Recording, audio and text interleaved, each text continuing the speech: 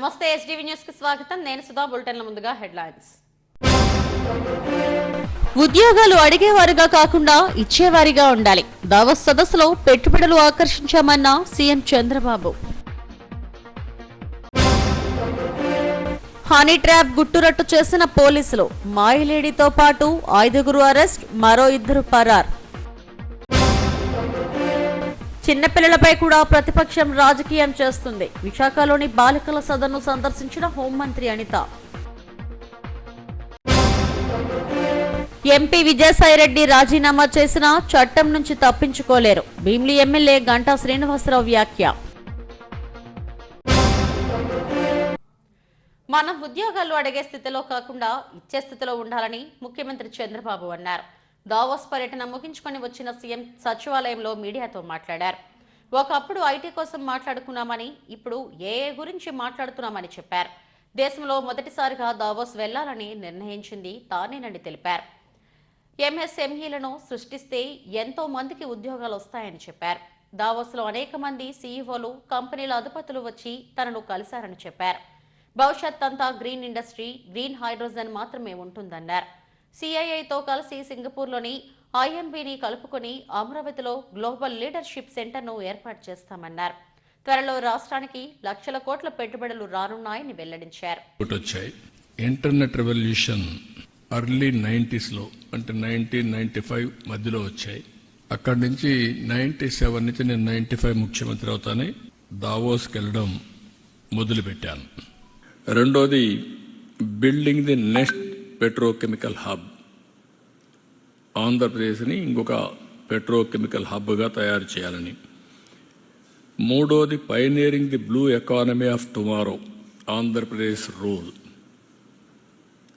Ocean economy, blue economy, అది future భవిష్యత్తు. Abundant opportunities ఉన్నాయి ఆంధ్రప్రదేశ్కి. ఎందుకంటే 1000 కిలోమీటర్ల sea coast. People are very happy. 1 farmer to 1 million.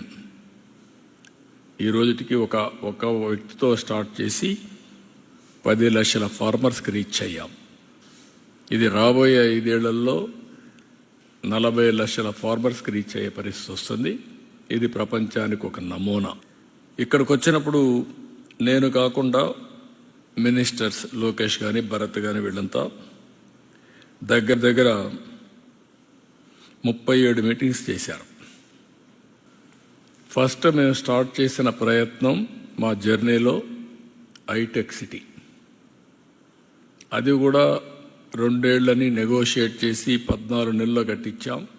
L&T one of the best monument కట్టారు. ఇప్పటికి కూడా ఐటీ అంటే హైటెక్ సిటీ అనేది మొత్తం వచ్చింది. ఇప్పుడు ఐటీ అంటే సైబరాబాద్ కూడా ఒక నగరమే నిర్మాణం చేశాం.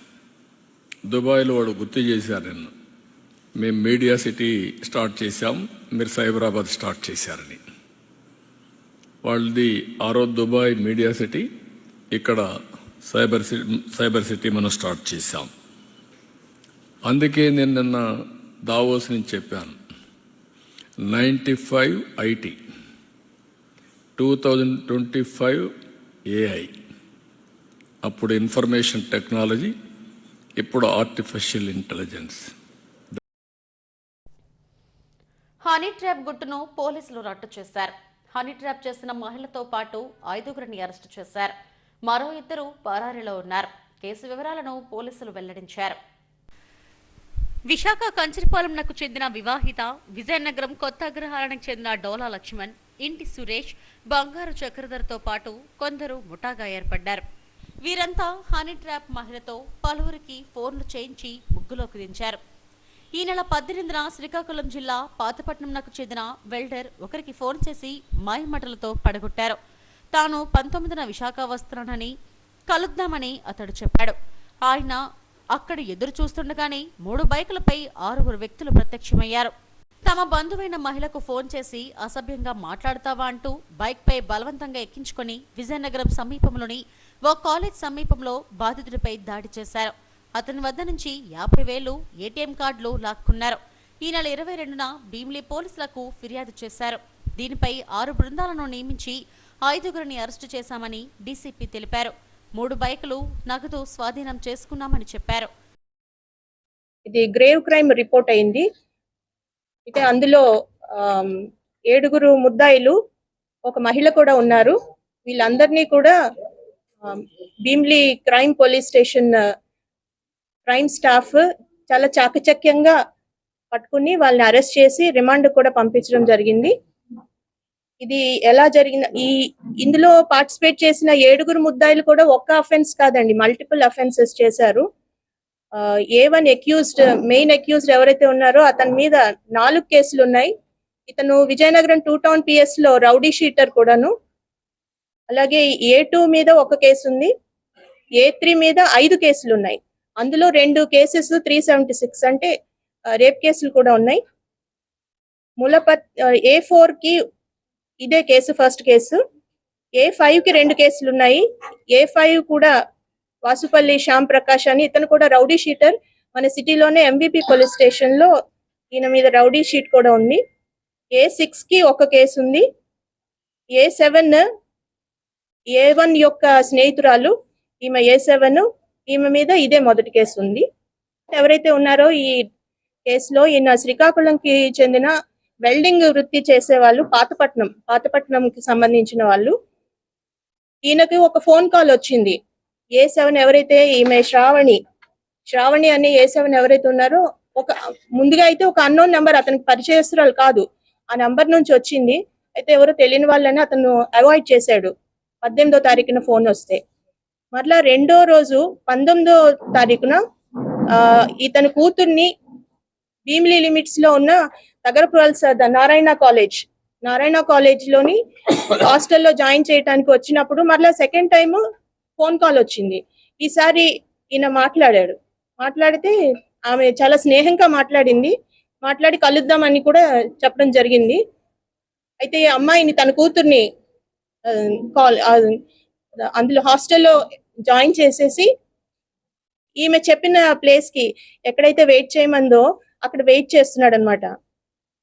అది ఎక్కడ, ఆల్మోస్ట్ ఆ రోజు 19వ తారీఖు సాయంత్రం 4:30 ఆ టైంలో అనిట్స్ కాలేజ్ జంక్షన్, 3 టెంపుల్స్ అంటారు, తగరపల్స, అక్కడ ఇతను వెయిట్ చేస్తున్నాడు అనమాట.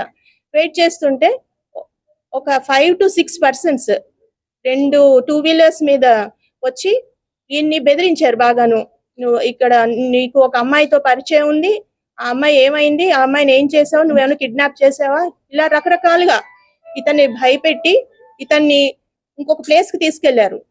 అది రఘు కాలేజ్ దగ్గర పరిసరాల్లోకి తీసుకెళ్లి బాగా బెదిరించి, ఇతని దగ్గర కొంత క్యాష్ ఉంది, ఒక 10,000 పర్స్ లో ఉంది, 40,000 ఇతని దగ్గర ఉన్న బ్యాగ్ లో ఉంది, మొత్తం 50,000 క్యాష్. అలాగే ఇతని ఫోన్ కూడా, సెల్ ఫోన్ కూడా లాక్కుని వెళ్ళిపోయారు, రియల్మీ ఫోన్. ఆ ఫోన్ ద్వారా తరువాత 8,900 కూడా డ్రా చేయడం జరిగింది. మొత్తం 58,900 రూపాయలు ప్లస్ ఫోన్, ఇవన్నీ తీసుకొని ఇతను బాగా కొట్టి బెదిరించి వెళ్ళిపోయారు. ఈయన ముందు మనకి వెంటనే కంప్లైంట్ ఇవ్వడానికి రాలేదు, కొంచెం భయపడ్డాడు బాగా బెదిరిపోయి.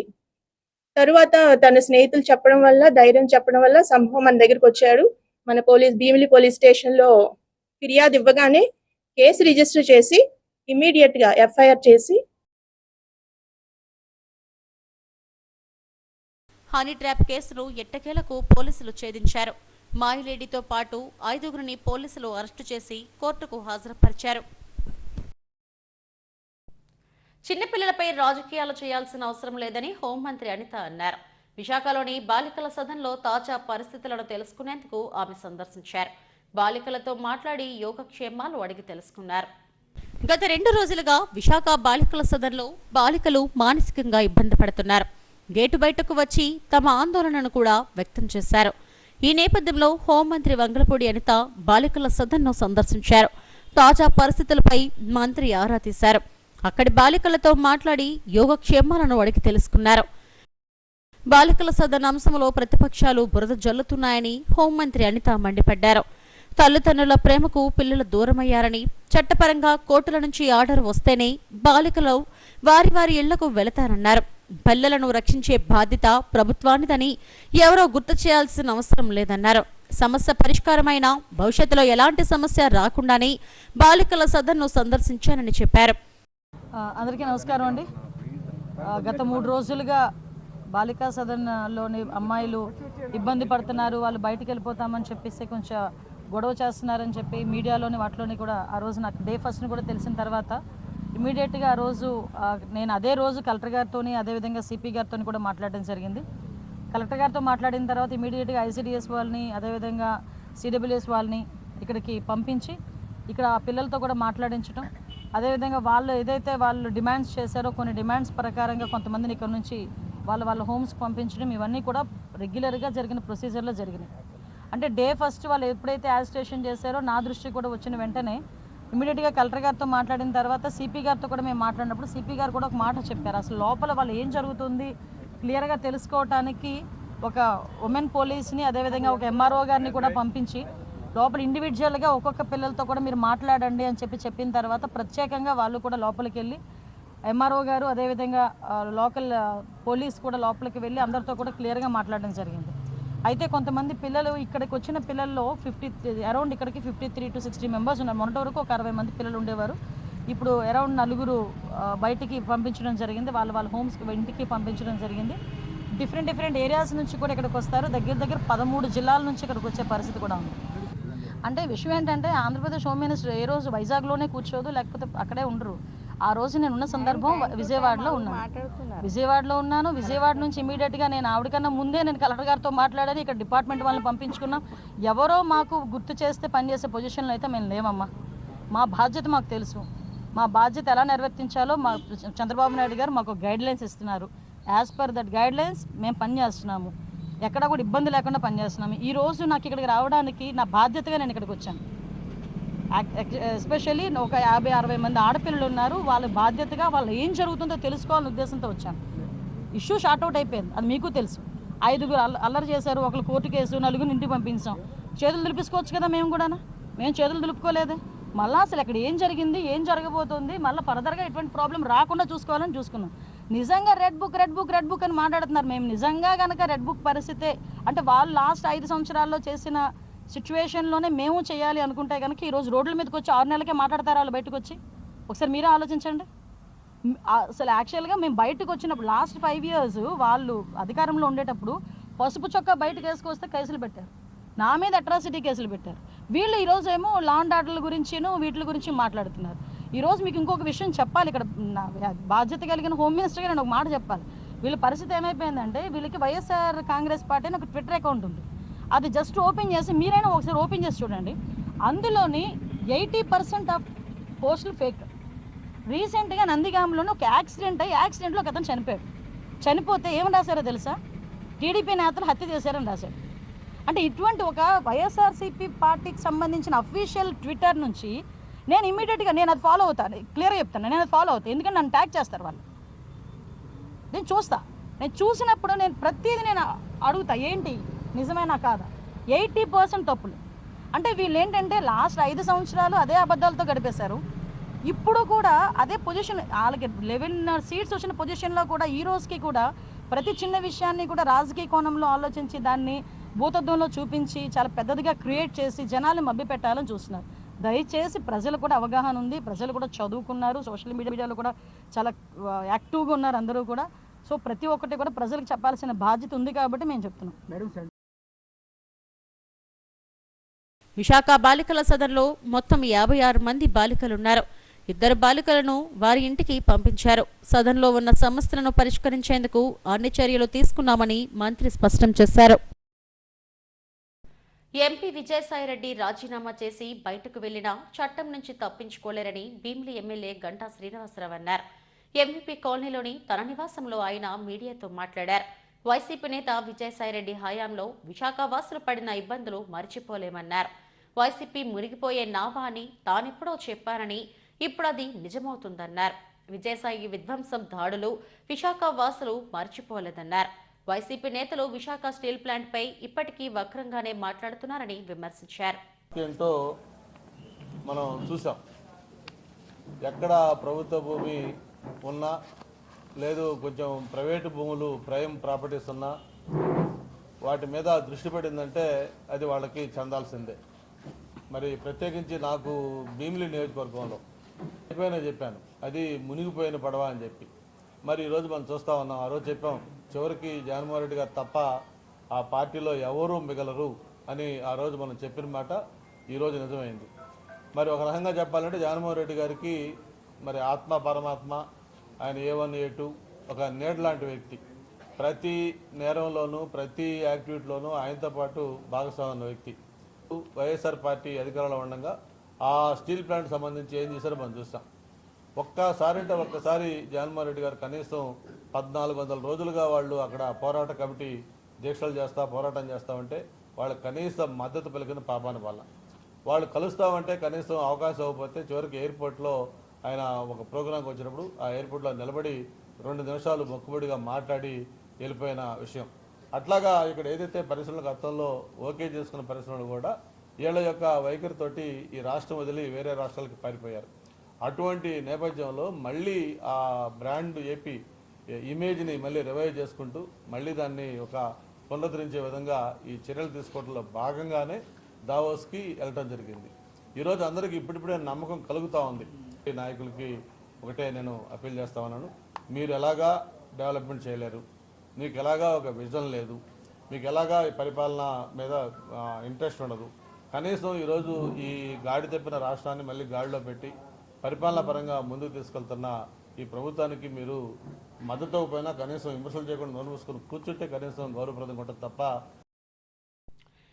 జీవీఎంసీ 24వ వార్డ్ రేసప్పవానిపాలెంలోని భూలోకమాత అమ్మవారి పరస మహోత్సవం ఘనంగా జరిగింది. అమ్మవారికి ప్రత్యేక పూజలు నిర్వహించిన అనంతరం సేవాగరడి, భజన, పలు సాంస్కృతిక కార్యక్రమాలు జరిగాయి. గత 30 ఏళ్లుగా గ్రామ కమిటీ ఆధ్వర్యంలో పరస ఘనంగా నిర్వహిస్తున్నామని అధ్యక్షుడు బేరి గురునాథరెడ్డి తెలిపారు. కార్యక్రమంలో కార్యదర్శి అప్పలస్వామిరెడ్డి, వైస్ ప్రెసిడెంట్ మధ్య సత్యబాబు, పిట్ట రామిరెడ్డి తదితరులు పాల్గొన్నారు.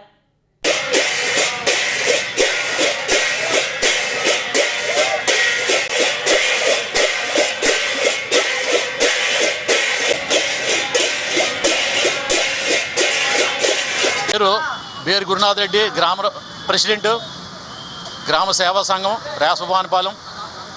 మరి 1996 సంవత్సరం నుండి కూడా ఈ పరస కార్యక్రమాన్ని ఈ రేసప్పవానిపాలెంలో తలపెట్టాం. అప్పటి నుండి కూడా ప్రతి సంవత్సరం దిగ్విజయంగా జరుగుతుంది అమ్మవారి పరస. అలాగే ప్రతి సాంస్కృతిక కార్యక్రమాలు, సేవగరడి, భజనలు పెట్టి ఈ కార్యక్రమాన్ని దిగ్విజయం చేస్తున్నాం. అలాగే అత్యధిక భక్తులు చుట్టుప్రక్కల నుండి మద్దిలపాలెం, నక్కవానిపాలెం, ఇసుకతోటి, పెద్దవాళ్ళేరు, మరి వెంకోజపాలెం నుండి కూడా భక్తులు ఇక్కడికి అధిక సంఖ్యలో వచ్చి ఈ కార్యక్రమాన్ని జయప్రదం చేస్తున్నారు. అలాగే మీ మీడియా వారికి కూడా మా గ్రామ కమిటీ నుండి ధన్యవాదాలు తెలియజేసుకుంటున్నాము.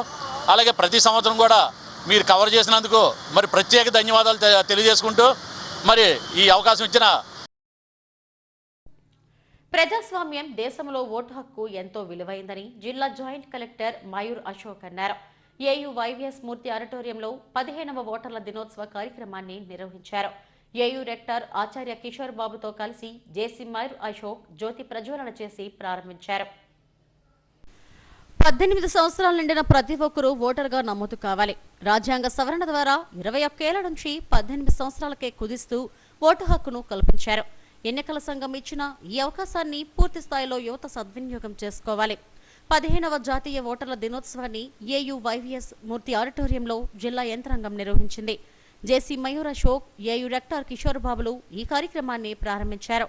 జాతీయ ఓటర్ దినోత్సవం సందర్భంగా ఓటు హక్కును నమోదు చేయించుకుంటామంటూ ప్రతిజ్ఞ చేయించారు. కొత్తగా ఓటు హక్కు వచ్చిన యువతీ యువకులకు ఓటర్ కార్డులు అందజేశారు. విధి నిర్వహణలో ఉత్తమ సేవలందించిన బిఎల్ఓలు, ప్రతి ఎన్నికలో ఓటు హక్కు వినియోగించుకున్న వయోవృద్ధులకు ప్రశంసా పత్రాలు అందజేశారు.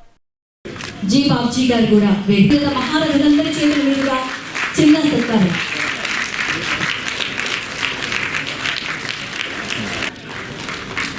నీలంశెట్టి అమర్నాథ్ సదా వాడు తీసుకునే వాళ్ళు మీరు రిజిస్టర్ చేసుకుని ఓటు ప్రాముఖ్యతను ప్రతి ఒక్కరూ గుర్తించాలని జేసీ మయూర్ అశోక్ అన్నారు. ప్రతి పౌరుడు ఓటర్గా నమోదు కావడంతో పాటు తమ చుట్టుపక్కల వారిని కూడా ఓటర్గా నమోదు చేసుకునేలా బాధ్యత వహించాలని పిలుపునిచ్చారు. 18 ఏళ్లు నిండిన ప్రతి ఒక్కరూ బిఎల్ఓ వద్ద కానీ ఎన్నికల సంఘం మొబైల్ యాప్లో కానీ ఓటు నమోదు చేయించుకోవాలని ఏయూ రెక్టర్ కిషోర్ బాబు కోరారు. When the Election Commission of India was established. So today's National Voter Day is very, very special because all of you know that India is one of the biggest democracy. India is also called as a mother of democracy.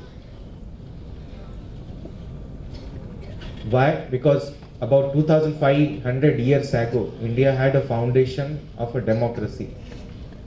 When other countries not even developed, they don't even have a proper tools or written history. India have a recorded history of the democracy from 2000 to 3000 years before.